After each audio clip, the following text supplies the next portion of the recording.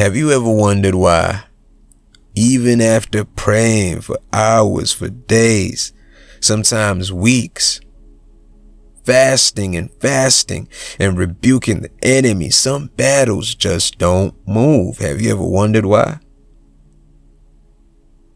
When you get to look at it closer, you start to see that sometimes what we call spiritual warfare is really psychological exhaustion.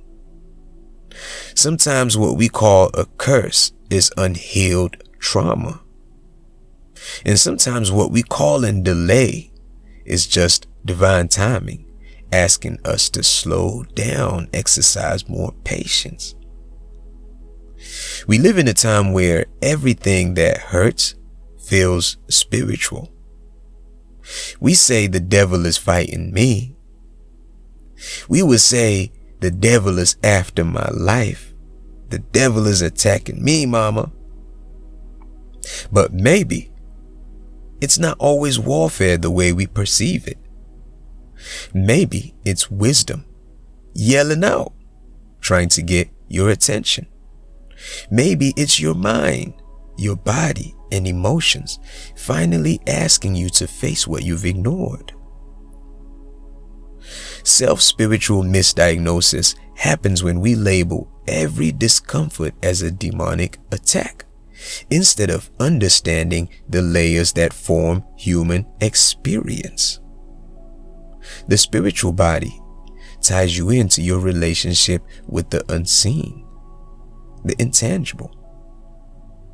The mental body ties you into your patterns of thought and belief. The emotional body ties you into your wounds, your pain, your fears, and attachments. The physical body ties you into your environment, your body, your habits. To misread one of these is to misunderstand the entirety of it. Many of us were taught to spiritualize everything, and I mean everything. To pray, fast, and bind what might actually be a call to rest, what might actually be a call to therapy or reflection.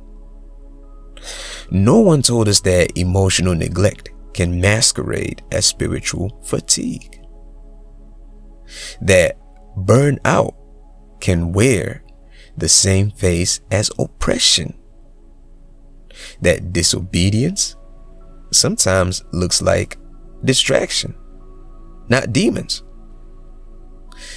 In our cultures, especially spiritual or religious ones, it's easier to blame unseen forces than to confront internal ones. Because to say that a spirit attacked me feels safer than admitting I never healed. We inherited systems that glorify resilience but rarely teach recovery. So we keep labeling symptoms instead of curing sources. Sometimes misdiagnosis comes from pride or even guilt. We'd rather say the enemy blocked me than admit I didn't follow all the way through with it. We'd rather say someone cursed me than admit I keep sabotaging my own blessings. You get to realize that it's almost as if the ego loves spiritual language because it sounds holy, but it often hides the hard truth that change begins with accountability. The divine doesn't just move through prayer. He moves through principles, standards, gravity, seasons, nutrition, emotions. All these are spiritual systems. And to ignore them is to misunderstand God's design. If your mind is malnourished, your faith can't flourish. If your emotions are trapped, your prayers can't travel far.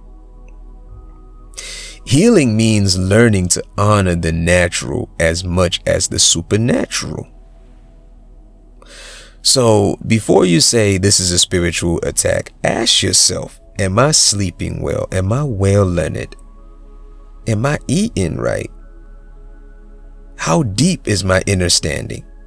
Am I around peace or constant chaos? Have I been isolating myself? Have I honored my emotions or just rebuked them? You can't cast out what needs to be understood. You can't anoint what you refuse to acknowledge.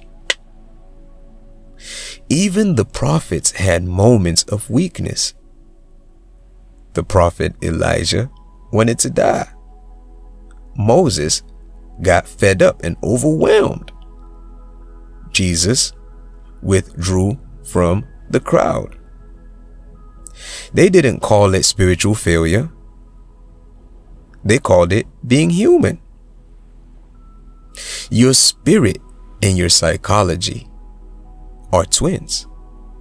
And when one suffers, the other feels it. Discernment means knowing what is spiritual.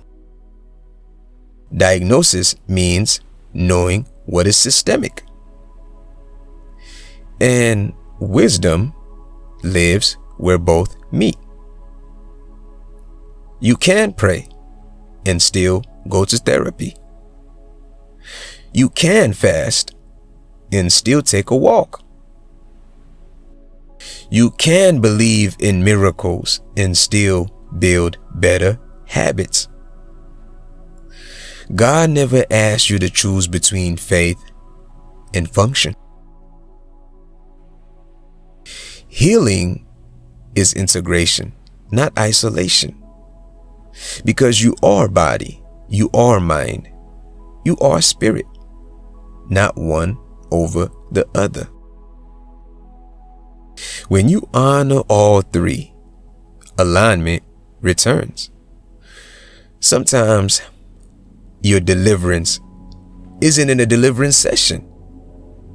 It's in the daily decision to take care of what God already blessed you with. Your mind, your breath, your time. The greatest warfare is not between you and demons.